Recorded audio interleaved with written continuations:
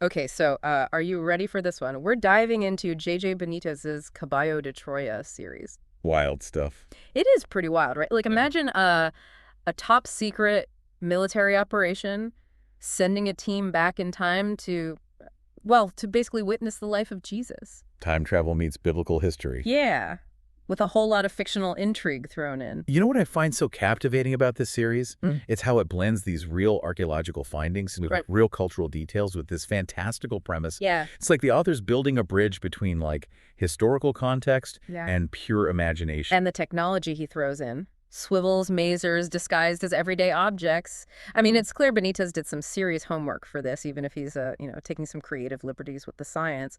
Right. He wants us to suspend our disbelief, but he grounds it in enough real-world detail that you almost catch yourself thinking, well, hold on, maybe. Exactly. And speaking of details, they even worry about, like, blending in, wearing the right clothes for the time period. Oh, yeah. Can you imagine? You're prepping for time travel, and your biggest concern is finding the perfect pair of sandals. It's amazing how much emphasis he puts on, like, recreating the daily life of first-century Palestine. Yeah. Benitez details everything, Yeah. like bustling marketplaces, religious customs, even, get this, the proper etiquette for burping at a Bedouin dinner. Okay, wait, you're kidding me, right? Burping etiquette. Break it down for me. So apparently in Bedouin culture, a good hearty burp after a meal, that's a compliment to the host. Really? Yeah, it means you thoroughly enjoyed their hospitality. I had no idea. Talk about a cultural curveball, right? Seriously. Makes you think, what customs do we take for granted today that someone from the past would find totally bizarre? Mind blown.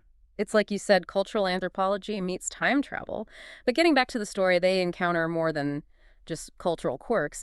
They actually see Jesus interacting with people in ways that challenge how he's often portrayed. Oh, for sure. Like there's this scene where he refuses a bribe. He says the house of Joseph never accepted alms. It's a small detail, Yep. but so significant, you know?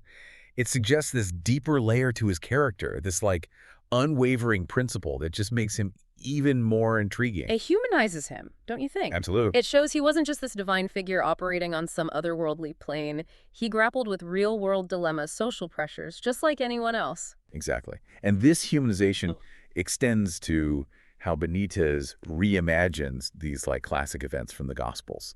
Take the Last Supper, for example. Okay. In Caballo de Troya, it's not just this solemn occasion. You know, there's a bit of tension, even a minor argument among the disciples about seating arrangements. Wow. So even those closest to Jesus experience those relatable moments of, let's just call it disciple drama. Precisely. It reminds us that even in extraordinary circumstances, human nature, with all its, complexities and flaws, it still shines through. And that ending, the time travelers witness Jesus having this encounter with that being of light on Mount Hermon and that conversation about God being Abba, a loving father. I mean, that's powerful stuff. It's a very personal, almost intimate portrayal of the divine. Absolutely. Mhm. Makes you wonder, was Benitez going for, like, theological debate? Or was he exploring a more personal, experiential understanding of spirituality? Or maybe even a bit of both? It's like he's prompting us to ask ourselves, what do I believe and why? Exactly. And that's where things get really interesting as we delve into the second book, but we'll save that for next time. It's fascinating how this second book really dives into the, like, behind-the-scenes stuff of this whole time travel operation. Yeah. Suddenly, it's not just biblical history. It's like U.S. and Israeli governments, even figures like Henry Kissinger get thrown into the mix. Like he threw in a whole political thriller element just for fun. Right. And did you catch the part where the team has to, like, dismantle their equipment and relocate because of a potential terrorist threat? Oh, yeah. Like, time travel or not, it seems you can't escape those real-world dangers. Adds a layer of realism, for sure. I mean, beneath all the sci-fi, those human conflicts, anxieties, they're always there. Mm-hmm. But you know what consistently gets me? The technology. Oh, tell me about it. Like this time around, we get more detail on those swivels that let them manipulate gravity and basically jump through time. I'll be honest, I had to reread those sections a few times. Right. It's like Benitez took actual physics and put it through a fictional blender. Yeah. Clever, but my brain can only handle so much time bending in one go. It's heady stuff, for sure. Yeah. But it's woven into the story so well that you can't help but go along for the ride. Absolutely. And he never loses sight of that human element. Like Yeah. all those descriptions of daily life, the clothing, the food, even just navigating those crowds in Jerusalem. Oh, yeah, those details are incredible. I loved how he described a traditional Bedouin dinner. Like you could practically smell the food, feel the sense of community, just so vivid. And it's through those little details Yeah. that he paints this bigger picture of their values, Like, remember how they witnessed the host sharing leftover food with the poorest people there? Ooh, yeah. That really stuck with me. It says a lot about their sense of social responsibility, a stark contrast to how we operate today. For sure. It reminds us that compassion and empathy, those aren't new ideas, but the story doesn't shy away from the darker aspects of humanity either. That's true. The way Benitez portrays how Jesus interacts with women, for example, it really highlights the contrast between his respect for them and the prevailing social norms of that time. Definitely. Yeah. It's a recurring theme throughout this whole series, isn't it? This idea of Jesus challenging the status quo, whether it's how women are treated or how the religious elite abuse their power. It makes you think, how often are we on the wrong side of history? Clinging to outdated beliefs. That is a powerful question. And speaking of powerful, that scene where Jesus heals the woman suffering from that illness, it's incredibly moving. It really is. The compassion and respect he shows her is just palpable. Especially considering how women were often marginalized in that society. Yeah. It speaks volumes about Jesus' message of inclusivity, his belief in the inherent worth of every single person. Absolutely. And then there's that other scene where he encounters that group of women who were considered, sinners by society, and he just accepts them without judgment. It's such a powerful message of forgiveness and acceptance, one that we definitely still need to hear today. It's interesting how Benitez uses these scenes to not only humanize Jesus, but to highlight those social and political complexities of the time. Remember the Vara de Moisés? Mm-hmm. The staff of Moses. Oh, right. It wasn't just a walking stick. It was this high-tech device that let them do medical scans, even heal people. Exactly. This blend of biblical symbolism and advanced technology. Is it a miracle? Or is it science? Or maybe a little bit of both.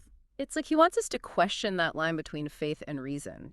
What seems like a miracle to one generation could be totally explainable to another. Absolutely. And speaking of challenging the status quo, the conflict between Jesus and the religious leaders really takes center stage in this book. Oh, yeah, big time. That scene where the Pharisees question him about his teachings. Electric. It's like a verbal sparring match. It is, with wit and wisdom as the weapons. It's clear that his message, his very presence, is a threat to their authority. For sure. It reminds us that anyone who dares to challenge the established order to speak truth to power, they often face pushback, even persecution. It's a timeless struggle that goes beyond any one era or belief system. And then, of course, there's the arrest. Oh, man. Seeing it through the eyes of the time travelers is brutal. They know what's coming, but they can't do anything about it. It's rough. Just having to watch those events unfold, it's heavy stuff. It's a powerful reminder that even with knowledge of the future, we can't escape the pain and sorrow of the present moment. Absolutely. It reinforces that idea that free will and choice have consequences, sometimes tragic ones. Yeah. But even amidst all the drama and intrigue, you still see those seeds of faith being sown. The way Jesus interacts with his disciples, sharing his teachings, performing those miracles, it's like watching a spiritual movement being born. It really is. It's this reminder that even when things are tough, hope and faith can still inspire and transform. But I'm guessing this journey of faith isn't over yet. Oh, not even close. We've got one more book to dive into. It's interesting how this third book kind of shifts things geographically, right? We're leaving that whole political hotbed of Jerusalem, and now we're heading to Galilee, where Jesus' ministry really seems to take off. Yeah, it's a big shift, like geographically, but also for the story itself. Right. Galilee with all those different communities and like the landscapes, it's almost like a character in itself. Oh, totally. It shapes the whole feel of Jesus' teachings. And speaking of those teachings, that scene where the time travelers are witnessing the Sermon on the Mount, breathtaking. Oh, yeah, one of the most iconic moments in history. Yeah. And Benitez, he nails the intensity of it all. I bet. The time travelers are blown away, almost overwhelmed by how radical his message is. Yeah. And remember, they're hearing this through a 20th century lens, so you can imagine the mental gymnastics. Oh, absolutely. Talk about challenging your worldview, but it's not all big pronouncements, The book grounds those teachings in actions, like that scene with Jesus and the lepers. Always gets me. Oh, for sure. Leprosy back then, that was basically a death sentence, socially speaking. Right. And Jesus just reaches out to these people who everyone else has cast aside, heals them, welcomes them back into the community. Powerful stuff. It really shows his inclusivity, this unwavering belief in the dignity of every single person. And the miracles don't stop there. We've got healings, exorcisms, even that incredible scene where Jesus calms the storm on the Sea of Galilee. And we're experiencing all of this through the time traveler's eyes. Right. These people, with all their fancy technology, they're still humbled by the sheer power of what they're seeing. Yeah. It makes those miracles feel so real, so immediate. That scene where they're on the boat with the disciples during the storm, I mean, you can practically feel the terror, the raw power of nature, and then bam, just like that peace. It makes you wonder, how would we react if we saw something that unexplainable? That's a question Benitez seems to be wrestling with throughout this whole series. Definitely. How do you reconcile faith and reason, ancient wisdom and our modern understanding? How do we make sense of the extraordinary, the things that seem impossible? Big questions. And it's not just about the miracles or the teachings either. Benitez really gets into those human relationships at the heart of it all. Oh, yeah. We see the disciples struggling with doubt, trying to wrap their heads around Jesus' message. It makes them feel so much more relatable. Totally. It reminds you that faith isn't this like final destination. Yeah. It's a journey with questions, doubts, moments of clarity. It's a process. And the time travelers, they get pulled into it too, whether they meant to or not. And talk about a journey. This book takes us to some incredible places. Capernaum, Cana, even Jesus' hometown of Nazareth. It's like you're there with them. I know. Benitez brings those places to life. You can practically smell the salty air, feel the dust under your feet. But even in those settings, there's still conflict. Yeah. You can feel the opposition to Jesus' message growing. Oh, yeah. Like that scene in the synagogue at Nazareth where Jesus is preaching and the crowd is hostile. It's a reminder that challenging the status quo, even in a familiar place, it comes at a cost. Absolutely. It hints at what's to come. That tension between Jesus and the religious leaders, it building, but it also highlights his courage, his commitment to speaking truth to power no matter the consequences. Then there's Mary Magdalene. Right. She's such a fascinating character in these later books, a close confidant of Jesus, someone who clearly gets him. It's a nice change from some interpretations that haven't always been accurate. Benitez shows her as intelligent, compassionate, and deeply spiritual, a vital part of Jesus' inner circle. Absolutely. And then we have the story of Lazarus talk about the ultimate test of faith. You can't make this stuff up. The time travelers watching Jesus raise him from the dead.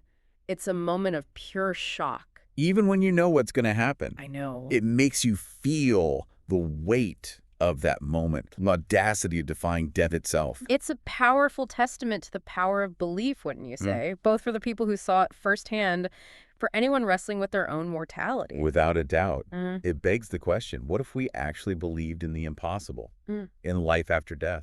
Big stuff to ponder. Yeah. And I think that's what makes these books so compelling. Absolutely. They make you think, they challenge your assumptions, they take you on a journey. And you know what? Whether you agree with Benitez's interpretations or not, you can't deny the power of his storytelling. Yeah. He brings history and faith to life in a way that's both thought-provoking and entertaining. And at the end of the day, isn't that what a good book should do? I think so. Yeah. It's been a fascinating deep dive. To say the least, I'm still processing it all. But that's the beauty of a good book, right? It stays with you long